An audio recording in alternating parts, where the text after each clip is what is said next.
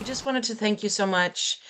The origin of this project is that TCI started in 2020 and have grown crazy since then. We now have over 4,200 educators educating over 450,000 students annually.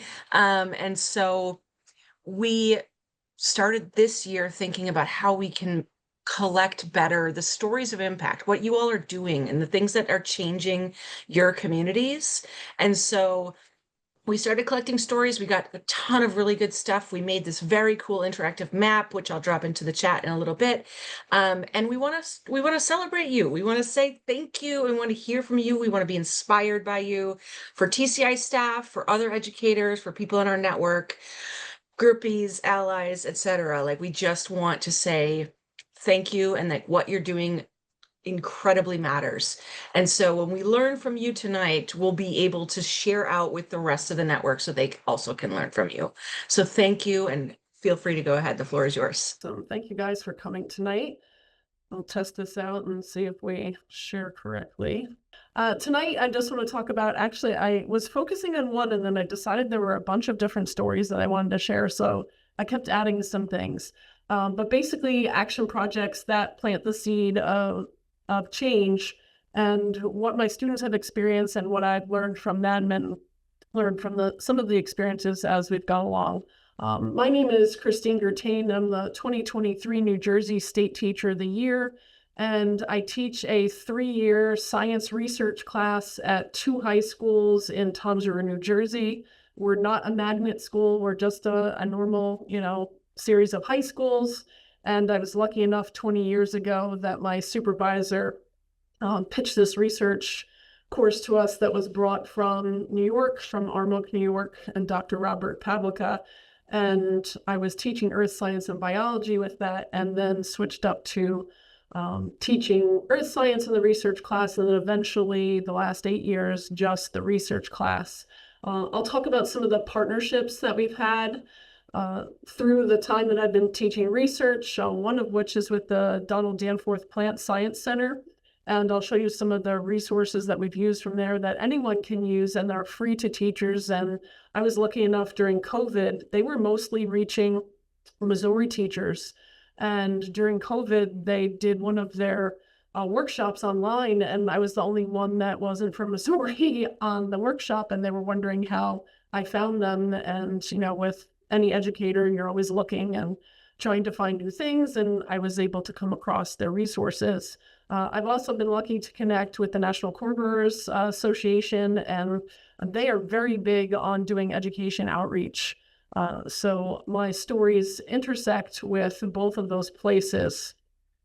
I've been working hard to build a K through industry STEM pipeline, and I'll touch on a few of the things that are on here. I'll start with Camp Invention and then work my way up through some of the professional development that I've gone through and how that's affected my classroom and been able to enact some change. Camp Invention is a national camp through the Inventors Hall of Fame and the National U.S. Patent and Trade Department, U.S. Patent and Patent Office. So it is students entering kindergarten through 6th grade. Any teacher can run one of these camps. They send you all the supplies. And what's neat about it is I use this as the base of my STEM pipeline so that I get exposed to younger students. And being a high school student, high school teacher, I want to make those connections with the younger students so that they can work their way up into my research class. I'm 6 foot tall. I can be a little scary, right, to some of the younger students or smaller students. And I want to make sure that they can have those connections over a long period of time with me. In this picture, I have Cooper. He is one of my current seniors right now. And then I have Bisola and Mamisola, who are both younger siblings of older students that I had, that I started working with them when they were in 2nd grade. Cooper was in 4th grade, and now they're all 3 of them are seniors in my research class at Toms River High School South. And that connection is very strong with those students. They've been able to do a lot of the outreach that I've done with students all through middle school and then into the research class. And it really helps me in building those connections. What's nice with this camp is not only does it expose younger students to different concepts, and I'll hit on some of them in a second, but it also involves the high school students in acting as mentors and role models for the younger students because they get community service hours for it, and it counts as a leadership position on their resumes for National Honor Society, and it's recognized by National Honor Society, so they can earn up to 40 hours with that. What's neat about the National Inventors Hall of Fame, and I was able to go to their induction ceremony in Washington, D.C. a few weeks ago, is that they elevate research scientists and patent holders to superstar status. In the United States, we tend to really value entertainers and sports people, and I would like to see that shift towards scientists and STEM people and artists. And the National Inventors Hall of Fame really is doing that. So Margaret Wu was just one of the people that was inducted into the National Inventors Hall of Fame, and she's a chemist who revolutionized the field of synthetic lubricants and changed how automobile and industrial lubricants are designed and synthesized. She made them better to protect the machines, and she improved energy efficiency, and she worked on reducing waste oil.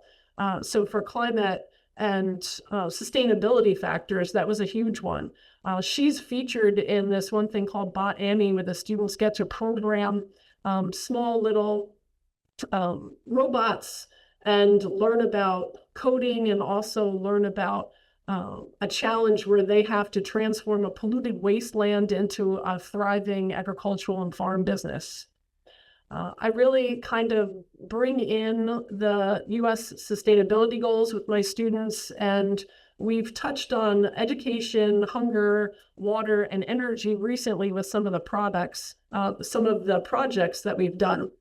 One of the things that was in that STEM pipeline that we were talking about is called Nourish the Future. And by 2050, we need to feed 2 billion more people on the earth with the same amount of land or less, which is a real challenge that I've been discussing with our students. What's lucky is they are addressing the need for agricultural literacy and teachers that don't teach agricultural concepts or don't have a degree in agriculture, but are regular science teachers that are bio teachers, chemistry teachers, physics teachers, and teach them how to incorporate agricultural themes into what they already teach. These are a few of the workshops that they'll be giving. What's nice is they're totally free. They put you up in a hotel overnight. They give you $300 worth of classroom materials, which I think would be of interest, to our network. And they're talking mostly in doing these workshops on the impact of food production on the environmental issues and nutrition around the world. How we address food insecurity and how we do that in a sustainable way. And I'll talk about some projects that I've done with students that are attached to the Nourish the Future program. Nourish the Future is sponsored by the National Corn Growers Association and also the United Soybean Board. They started with projects in Ohio. Local Ohio farmers said, "We like what you're doing here. We'd like to see it on a national scale." I was born in Brooklyn and I was raised at the Jersey Shore. I knew nothing about agriculture until I was connected with this group because they did this national outreach. And now I have students that are growing corn in their classroom, and I'm going to talk about that project in a second. One of the other things that I use with students is Skype a Scientist. So you can sign up and have a scientist come into your classroom. I usually try to gear it to the topics that my students are doing research on, but every once in a while I throw in something new. We were lucky to get a plant pathologist that came and spoke to us by Zoom, and my kids were like, "Plant pathology, what do I need to know about plant pathology?" They were really a little down about it. And by the end of it, they were so engaged. It was one of the best speakers that we had because they learned about the fact that our citrus plants and our banana plants are being threatened by a fungus that has previously taken out the last banana that was cultivated on a mass scale that our grandparents ate. So we use the Cavendish banana now, I believe, and the previous banana, and I forget the name of it, it's escaping me, that used to be in mass sale in the food stores is no longer available because this I think it's Fusarium is the name of the fungus, took out the banana. So it definitely engaged the students in that talk. This is a poster, and I'll go into detail with it, but this is just a quick snapshot of a student project based on growing corn and looking at the genotype of the corn and how it affects the phenotype of the corn. And I'll go into this in detail. When I started with Nourish the Future, most of the teachers in my school and all of my students had no idea that popcorn was a separate plant than sweet corn. Again, we're at the Jersey Shore. There's not a lot of agriculture that's here. And that agricultural literacy piece is really important because students are really removed from where their food comes from, how to protect it and how to do that in a sustainable way. So in this project, through the Danforth Center that's called Corn Genome to Phenome, the students learn about the structure of a corn leaf and specifically the genes that are associated with the ligule. The ligule is labeled here and circled in orange, and it's where the sheath comes up and actually pivots and becomes the leaf region. That area is of great interest to scientists because as they've been breeding corn from 1920 till, more recently, they've been actually able to naturally select corn that has a tighter leaf angle so that you can fit more individual plants, corn plants on a field.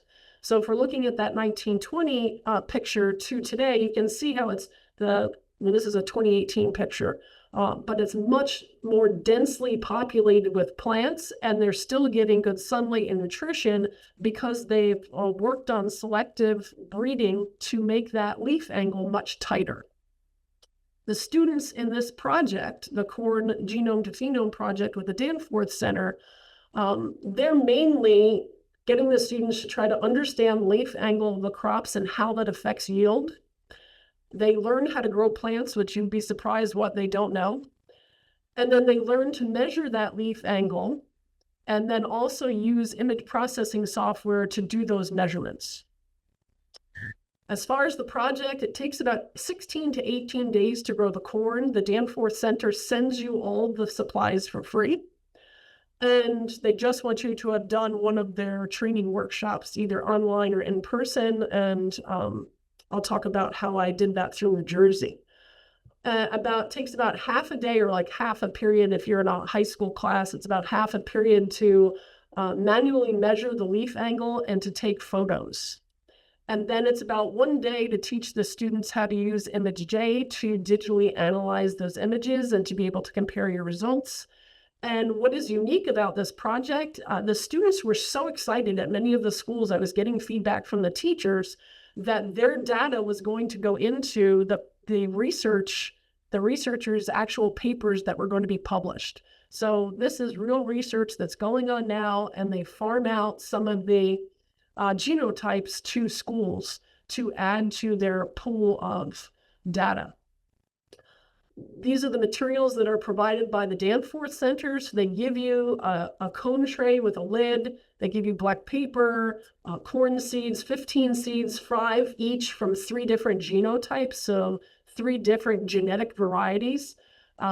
Metro mix that usually, if you're in Missouri, they'll give you some to take home with you, but if you're virtual, they usually actually have you pick that up yourself, but you can get it locally, and it's a type of soil blend. They give you the plant tags, they give you the protocols, how to analyze the images. They can supply protractors, but although most of the schools have them, and then sometimes they'll send you a Sharpie or a thermometer if that's hard for you to get. On the right-hand side, all the things that you would provide as the teacher or the student would if they were doing some of this on their own. So this is what one of the trays looks like on the left-hand side, and all of the different variants are labeled with those tags, those orange and blue tags. When you harvest the corn after 18 days, again, it's not to a point where it's sprouting, but it's a point where you've gotten to at least the 3rd leaf. And they have you do measurements and line up the protractor with that 2nd leaf on the and set up those angles so that you can do the measurements either digitally or manually with the protractors. This is some of the data that one of the students of mine collected when he measured the second leaf angle for the 3 different genotypes and the third leaf angle. And then he did the averages on the bottom. And his results were that on average, the corn of genotype 325 resulted in the most acute or tightest leaf angles with a measure of 43.4 degrees for the second leaf and 22.6 degrees for the third leaf. And that data was shared back with the Danforth Center.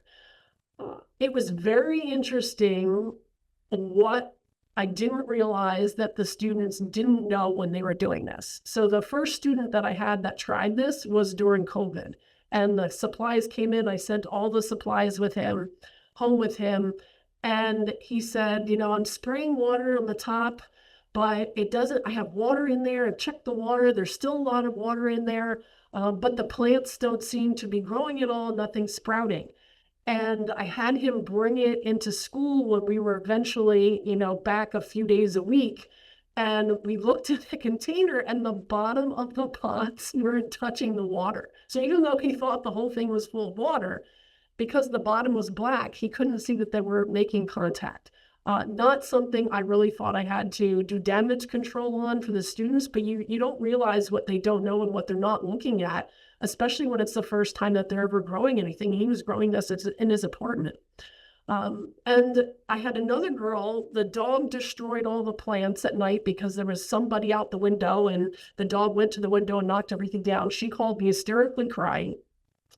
And then she quickly took measurements. She didn't do the measurements right. She didn't know how to use the protractor, and she hadn't lined them up correctly on the angles of the leaves. So that was a hot mess as far as data. But this is real science. You make mistakes, and it's important for the students to know that you make mistakes and that you can learn from those mistakes. They also didn't realize that we're building on a lot of our farmland. We're putting solar on a lot of our farmland, and that we have to feed more people in the future on less land. What was nice about this is I wrote a grant. I got a $10,000 grant, was able to do workshops across New Jersey and supply them through the Danforth Center with free supplies, but also what's called a min-ion, where you can actually do sequencing right in your classroom. After you do extraction, it runs all the sequences. So these are some pictures from different classrooms around New Jersey. When I went to the National Science Teachers Association meeting 2 years ago and met again with the Danforth Center, she said, Christine, right now we have more people in New Jersey using our curriculum than we have in Missouri. And it was because of some of that outreach. So that was pretty exciting. This led the students to wanting to do other projects. And we got associated with what's called America's Green Seafood. I don't know how familiar you are with this. In New Jersey, seafood is New Jersey's #1 source of protein. And in Jersey, out of the top 20 ports across the United States, we have 4 of the largest ports by volume as far as seafood that's being brought in. What people don't know is that a lot of seafood is going to waste. There's legislation that made the fishermen bring in bycatch so that it could be tracked. But then they weren't allowed to sell that bycatch because they didn't want to be encouraging the people catching the bycatch. You will also get fish that comes in like tuna that once you've reached a quota, they don't want to flood the market, so that anything that comes out after they've comes into the port after they've reached that quota gets zeroed out and is worthless and is waste. So in November alone, we gleaned 16,000 pounds of tuna that went to the food insecure throughout New Jersey. So this group called America's Green Seafood is a nonprofit that my students are partnering with, and they're digitizing all of their handwritten documents on the amount and types of seafood that are coming in and being gleaned, so they can track the nutritional value that's going out across New Jersey to the food insecure, and also the types of fish that are being gleaned and the times of year that the types of fish. So a fisherman might have a license for fluke and for tuna, and might only get 10 fluke, and when they come in, there's no one that wants to buy 10 fluke, and that 10 fluke then is worthless.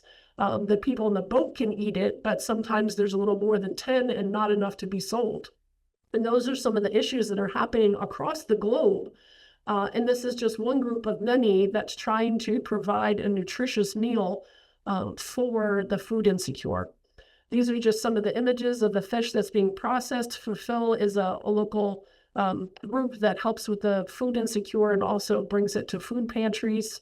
And America's Lean Seafood is partnering with a group called Plastic Free. Plastic Free makes bags, garbage bags, bags that you can put diapers in or pick up dog poop with that are made from corn. And what's unique about them is that they are 100% what's called home compostable, which is different than biodegradable and is different than what's called industrial compostable.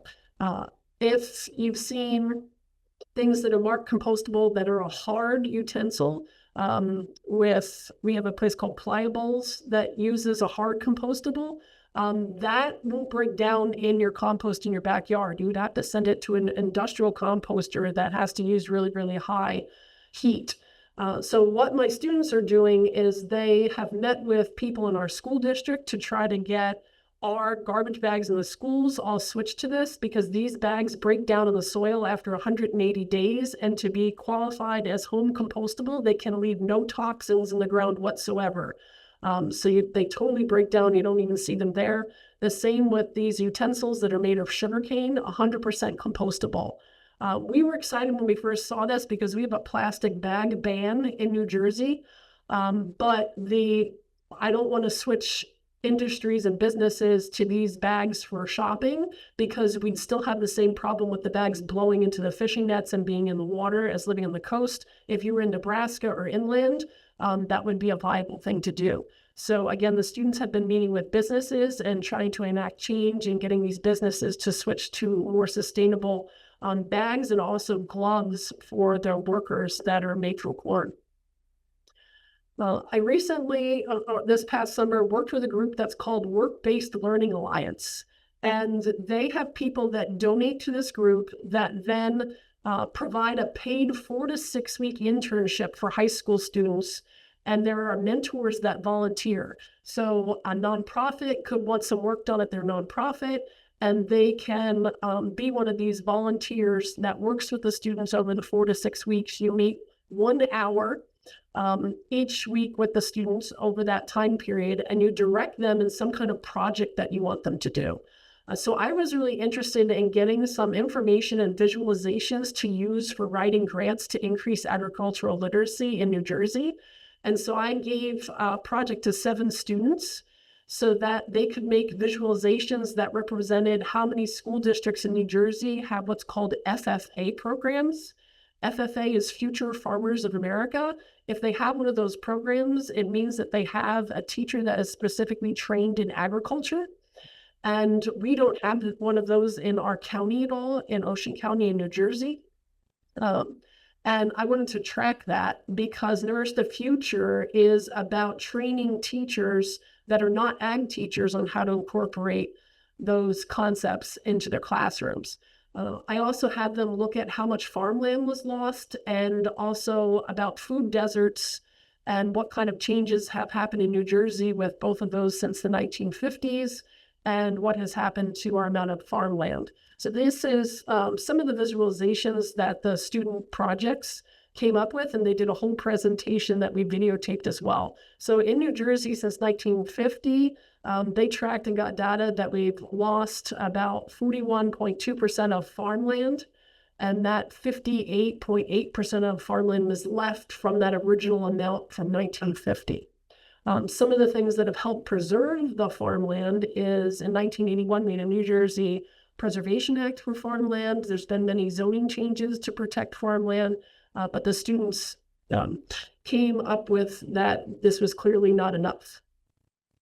One of the other things that they learned about is they didn't realize how many of the farms were family owned. In New Jersey, the farmland is ranked 3rd most important to our economy. We are called the Garden State, although many of you, if you fly in and you come into Newark, you've seen the city portions in New Jersey, but we have a lot of farmland in the southwest of Jersey and in the northwest of Jersey, and we have great beaches where I live. I also had them look at food deserts, and they came up, their research led them that said that areas of higher population were of people of color were often in food desert hotspots. and that by promoting food security, we could help to promote racial equality. And I had them look at, I don't know if I just drew in there, sorry. I had them look at red line districts as well. And so it brought in policy from the past that they didn't know anything about. They didn't know about redlining and what had been done in the past with that. So it brought in that social justice aspect of it as well. In New Jersey, we have 482 high schools. And out of that 482, only 40 of them have some kind of agricultural program. So the students made some recommendations based on their research at the end of this project, and they recommended that mainstream science teachers learn about agriculture and that grants be provided to help to try to fund that. And that it wasn't important for just teachers that taught agriculture to be teaching about that, but for everybody to be teaching students to do that, because as we move off of the earth and live in space and on other planets, all of those people that are the first settlers will need to know how to grow their own food. And they felt like they were ill prepared to do that themselves. They said that after doing this research, that they thought that there was a place in agriculture for everyone. They never thought about food insecurity before because they weren't specifically food insecure.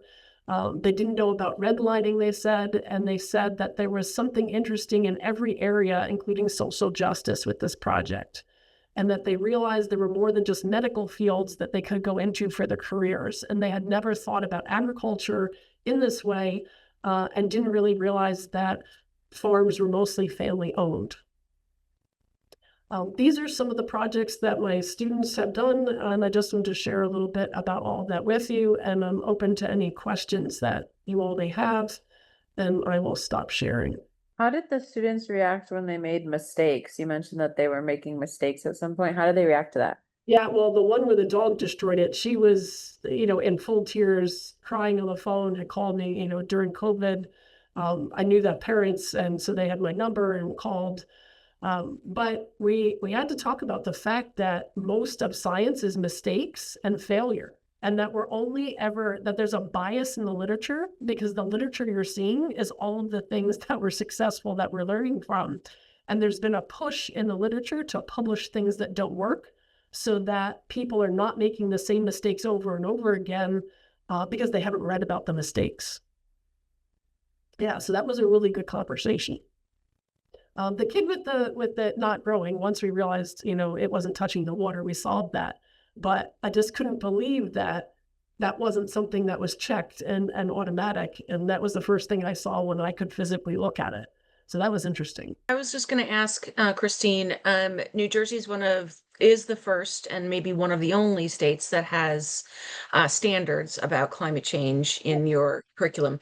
How are you, you sound like you are well plugged in, but how are other educators across subjects feeling about their ability to teach climate education? Like, are they feeling prepared? What's the vibe? So with anything, there's trepidation with something new, and they were like, how am I supposed to teach this in gym? How am I supposed to teach this in art? The art's easier than gym maybe. My brother is a history teacher, so they've offered professional development through Save Barnegat Bay that was open to non-science teachers alike. My brother is a history teacher. When he went to that training, he was able to see some of the things that have been done and how policy and the history of pollution can be tied into education. We have 2 Superfund sites in our town, and some of the students didn't know anything about that. So he thought he could bring that into the historical aspect of what he was teaching. I don't know how the gym teachers are tackling that yet. I don't know if it's a game that they're going to play, or, and incorporate concepts into that. I'm not as dialed in with that. I know art's having a better, there's a ton of art that represented. The students have had competitions that have been available in New Jersey where they could write poetry, they could do a piece of artwork that was climate related, and they've been able to win gift certificates. So that's been spurring it. The College of New Jersey has also been doing teacher training and got a large grant for that. I don't know if it came from federal funds or if it came from state funds. It might have been a mixture of both. It might be more state funded right now. Hi, Christian. Hi. First of all, thanks very much for this presentation. Really it, and the graphics were also amazing. I just have one question about that kit that you send to students. Like, is it if we want to do, say, some sort of demo with students anywhere else in the country, is it possible to get it through you, or what is the procedure for that? So the Danforth Center, I'm going to put the link in the chat right now, and it's to their entire education page. Usually what they recommend is that you attend some kind of training, but since COVID, they have virtual training. So you could request a virtual training. I also encourage you to go to the National Science Teachers Association conference that they run each year, because they always present there and you can get information there from it. I did a virtual training and then trained other teachers, and the Danforth Center was fine if a teacher said that they were trained by me from that workshop. So I'd also be happy to run a virtual workshop if they're not. I have the workshop that I did in New Jersey, and if they said we don't have one going, but it's fine to do one with Christine, I'd be happy to do that and run that for teachers. So I put the link in there. They have other options. You can they have what's called mutant millets, and they expose the millets to UV, I believe. And another one is about Volvox, which is a blue-green algae, I believe. And another thing with them, they're trying to make mutations in those and have the students study those mutations and then report back. But for each of those curriculum pieces, they supply everything, then they ship it to you. I just had one more question about just like how many other educators in either your network or in your school are doing similar things where there's that huge component of teaching, right? The science, but then also the hands-on part, the in the community part. Like how many other educators that you know are doing that? So I have been mentoring a teacher named Jessica Kurtz, and I pulled her up for middle school. There's something, and I'm going to put it in the chat. So the first one is Nourish the Future, and they run a teacher cohort to bring teachers to learn about agriculture. They bring you to a conference called the Commodity Classic, and Jessica has come to this with me, but I first met her on another one that's called On the Farm STEM. And I'm going to put that in the chat as well. So On the Farm STEM is touring the beef industry. And I was taking middle school teachers to tour the beef industry because you had to go as a group and apply as a group.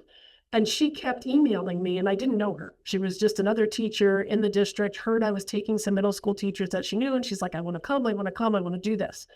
And we had someone that backed out, and I was able to take her, and she is what I call an upstream swimmer, right? Someone that is, not just going with the flow, and she is creating change.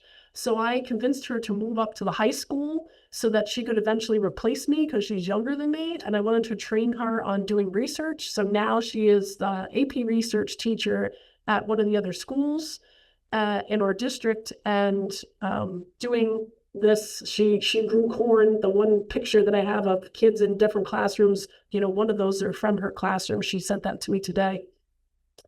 So each of those are experiences teachers can have. Nourish the Future and On the Farm STEM are mostly for middle and high school teachers. But the American Farm Bureau Foundation for Agriculture, their foundation is, they also have books for elementary schools. Anyone elementary here? If they're not elementary, I'm not going to go into it. No? Speak up now if you're elementary. Okay. Anyway, they do a book, and they also have what's called Ag in the Classroom coordinators. I didn't even know we had an Ag in the Classroom coordinator in New Jersey. They have one for every state. And I had contacted her about writing a NIFA grant to try to increase agricultural literacy, and I had to get the approval of my Ag in the Classroom coordinator. And she had told me about this On the Farm STEM project. And so I've toured the beef industry in Oklahoma and Tennessee. And I just had no idea what high-tech, options and careers were in agriculture, geneticists, oncologists, like so many different things. So that was awesome. And all of you, you can go experience these things. They're totally paid for. They take you to these places and help you learn, and then help you with resources and incorporating things into your classroom. There's also one on plants for horticulture that is Seed Your Future, and I'll put that in there as well. That was fabulous. I didn't know that you can recycle all of those plastic plant pots that you get from Lowe's and Home Depot. They take them back and they send them back to the nurseries. So we toured a nursery that supplied them, and that was good to know. So it's not going into our landfills. The other thing we were talking a little bit over email about the Climate Justice and Equity Learning Lab that you're considering for next year. And I'm just kind of curious about your thoughts, especially in New Jersey, where you have the standards, whether like how do we train up the pre-service educators so that they come out of this? I was a teacher, so like come out of the School of Education ready to teach about climate across the subjects. And so we call it CJE, Climate Justice and Equity, is such a good example because it is so curricular. And whether you think that would be a good for TCI or other orgs to get in with the schools and like figure out how to train so that you don't, because we have all these stats that say that educators want to teach climate, their parents want there to be climate taught, the kids want it taught, but educators feel really unprepared. Only like 20% say they feel totally prepared to teach about climate. So schools of education are such a good place to get in. So I'm just kind of curious about your thoughts about all that.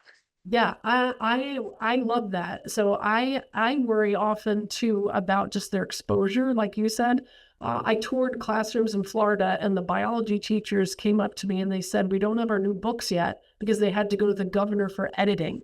And so they were being edited to take out evolution and climate change, and I don't know what else. But those were two of the things that the teachers told me. And I don't understand how that's legal. Because the science is the science, and who is a politician to say what should be in the book and not. But that is part of the struggle in some of the states. So you will hit that, but at least if you're hitting states that are open and have and in New Jersey, I can totally help you with the contacts. I know a bunch of the deans. That's one of the nice things with being State Teacher of the Year is they give you a whole list of the deans of education and introduce you to them, and you're invited to a whole bunch of things. I'm very close with the dean at TCNJ, and we've set up what we called speed dating. So I would be curious to see whether you could, depending on what your bandwidth is, and if you can go into places in person, with wherever you might be, to sit down at tables in small groups and have them go through, talking to climate specialists or different people and what they can do, but definitely offering free professional development for the students and some kind of like certification that they can say they went through this, had this certificate to add when they're applying to schools. I think that would be very valuable. Yeah, that would be amazing. I'm gonna hit you up for those contacts because I think your state is the best first state to pilot this in because of where you are and where your legislature and your schools have said, yep, we're doing this. So like to be able to come into New Jersey and pilot something, I think that would be so amazing. And then we can scale that nationwide or as much as we can nationwide. Yeah, I would love to pilot that. And I know just the people to start with at TCNJ for that. One of them got a large climate grant and it would fit in perfectly. Policy-wise, I have a lot of students that are interested in policy. And so that's why I was interested, because they can see that modeled just with climate, right? And then apply that to other things. I didn't know much about policy at all until the State Teacher of the Year, exposure, because you don't when you're in a classroom. And going into that year, every time they said policy, I wanted to stick my finger down my throat and gag. And then I came out of that realizing how important it was. So that was very transformative for me, and just that exposure and explanation, because your regular classroom teacher is not thinking and doesn't often have times to think along those lines. But the more we can talk to students about having their voice and giving them agency that way, even just locally. And for my students, it's really with the outreach that they're doing with the Glean Seafood and the plastic-free options with the compostables. They feel like they're really, doing something to make a change, and they feel very empowered and excited about that. We've seen that across the network too. Like climate action takes so many different routes, right? Like you can do like the full on science, right? Or you can do climate communication, or you can do climate policy. And so yeah, it's really cool to see like when students are given a choice, what their interest is, right? Are they interested in planting things, like doing the actual, or are they interested in contacting their policymakers? Are they interested in communicating with their family and their relatives and like the older members of their community about what's going on and how they can help? It's really wonderful to see kind of like how it all works together. Like not one thing is the answer. There's a lot of different answers, and I think it's great that you're offering so many choices for your students. One of the other things, a project I'm working on is called the Science Communication Lab. I put that in the chat as well. They are a group that makes a lot of short films for different things and larger ones. So I don't know how many people are familiar with Picture a Scientist. So Picture a Scientist talked about bringing equity to female scientists and also scientists that have been either sexually targeted or verbally targeted in the industry, and the story behind that and the change that they affected. But they've also done some smaller ones, which I use with my research students.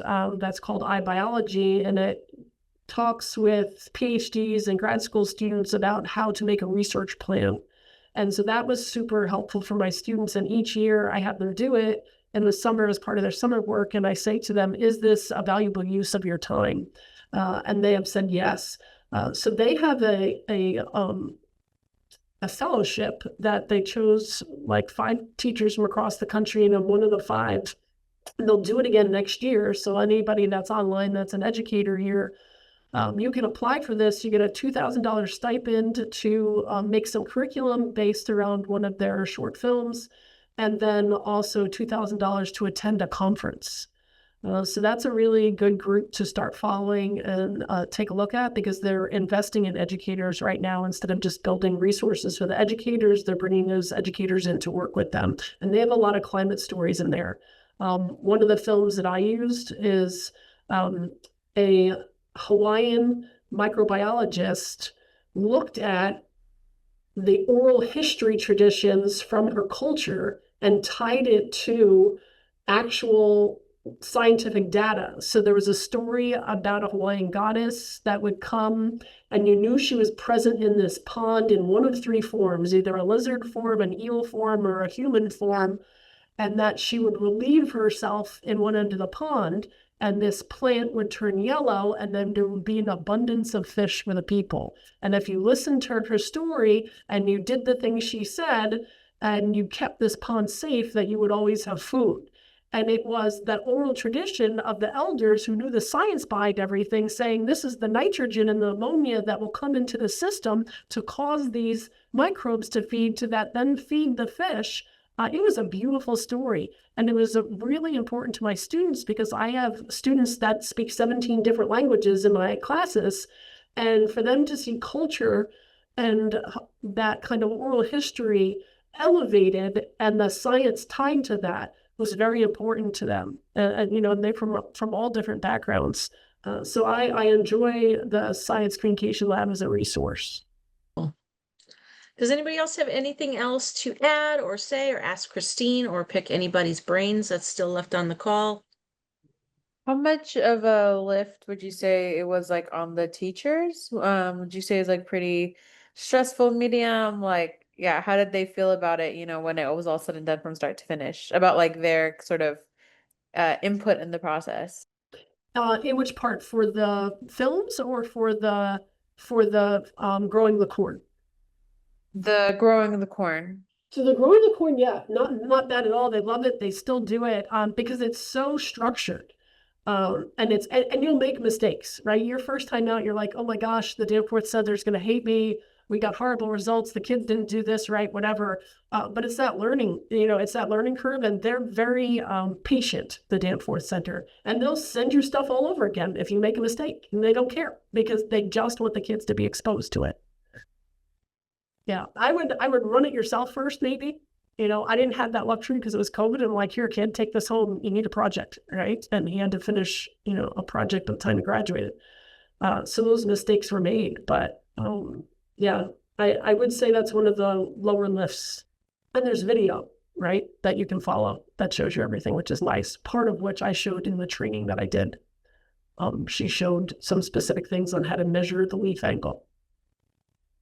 I think it's all timing too. You have to make sure you plant, and on that 18th day, it's not a Friday, right? In case you don't finish, because then you can do stuff the next day. Christine, thank you so much. This was so great. We loved hearing all of what you're doing, and not just about the corn project, but all of the other things that you're doing, because it's really inspiring. And we're going to be really excited to clip some of this and share it out and make sure that everybody knows, like, it's not impossible. It happens everywhere. It's local community action that matters so much. So thank you. And thank you all for joining us. We appreciate you taking the time. I know it's an awkward time of day as everybody's getting their families ready for dinner, but we appreciate it so much.